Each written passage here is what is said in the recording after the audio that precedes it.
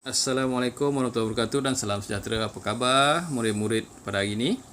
Jadi kita akan belajar subjek sains unit bahan buangan. Okey, tema kita adalah sains bahan. Okey, dengan tajuk menghargai bumi kita. Standard kandungan 9.1. Jadi pada hari ini kita akan belajar bagaimana cara kita menggunakan bahan secara berhemah. Secara berhemah. Bagaimana kita nak menggunakan bahan secara berhemah? Berhemah maksudnya secara bijak lah. Kita nak menggunakan secara bijak.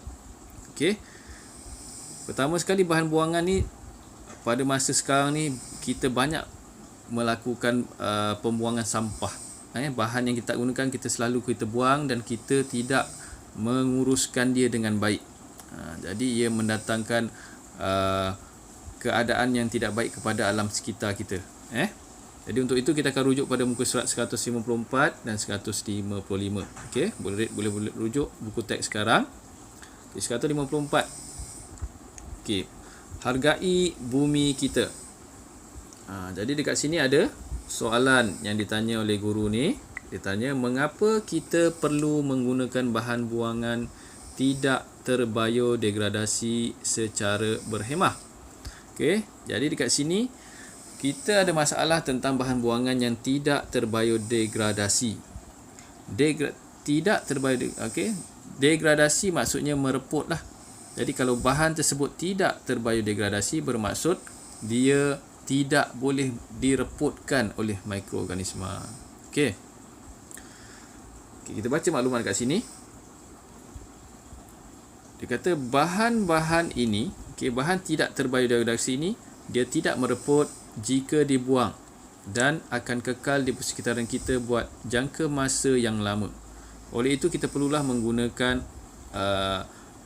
menggunakannya secara bijaksana. Jadi dekat sini timbul soalan yang ditanya, bagaimanakah bahan buangan tidak terbiodegradasi menyumbang kepada pencemaran alam sekitar? Sebab apa bahan tidak terbiodegradasi ini dia sangat bahaya kepada alam sekitar? Kalau murid lihat dekat sini, dekat sini kawasan bandar ni. Kalau kawasan bandar ni murid lihat memang banyak kilang.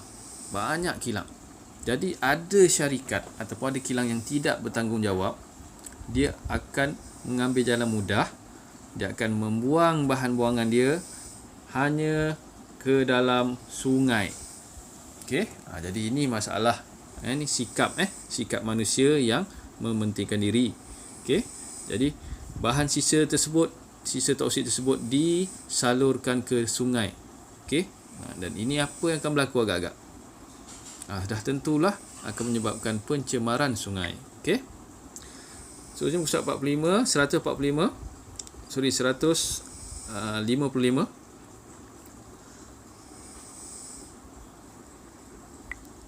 Murid ni tanya pada kita, bagaimanakah bahan buangan tidak terbiodegradasi boleh menyebabkan terjadinya bencana alam? Macam mana boleh jadi bencana alam? Seperti yang berlaku semalam di Shah Alam, banjir kilat. Banjir kilat. Tiba-tiba aja hujan turun dan air tersebut tak boleh nak pergi ke mana-mana. Jadi kenapa jadi berlakunya banjir kilat? Banjir kilat ni puncanya daripada longkang. Ni terlalu banyak bahan tidak terbiodegradasi. Dekat sini longkang tersumbat. Kita dah ada saluran air untuk air mengalir, tapi saluran tersebut tersumbat disebabkan adanya bahan buangan tidak terbiodegradasi. Contoh dia apa? Bahan buangan tidak terbiodegradasi yang tak boleh mereput. Plastik lah. Banyak bahan plastik. Bahan plastik menyebabkan longkang tersumbat.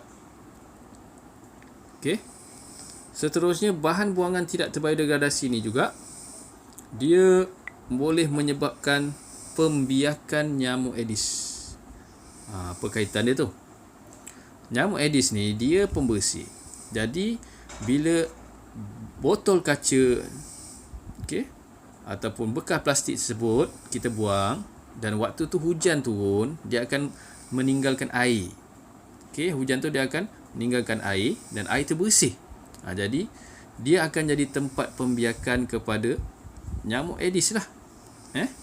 Nyamuk Aedes. Jadi dia akan boleh menyebabkan kawasan tersebut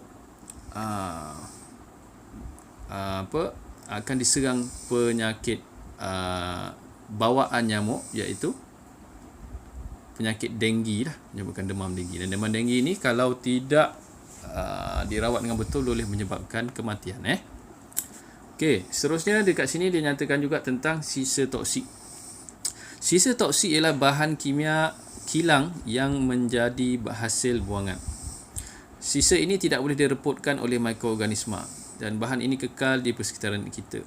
Jadi seperti yang cikgu beritahu tadi, sisa-sisa kilang oleh pengusaha yang tidak bertanggungjawab akan menyebabkan ramai mendapat penyakit. Okey. Dan juga ikan. Dekat sungai ada ikan kan. Jadi ikan yang dapat daripada sungai tersebut dia akan tercemar dengan sisa toksik. Okey. Jadi dia mendatangkan memberikan mudarat kepada kesihatan kita lah. Okey, jadi itu di antara kesan-kesannya bahan buangan tidak terbiodigradasi terhadap kehidupan kita.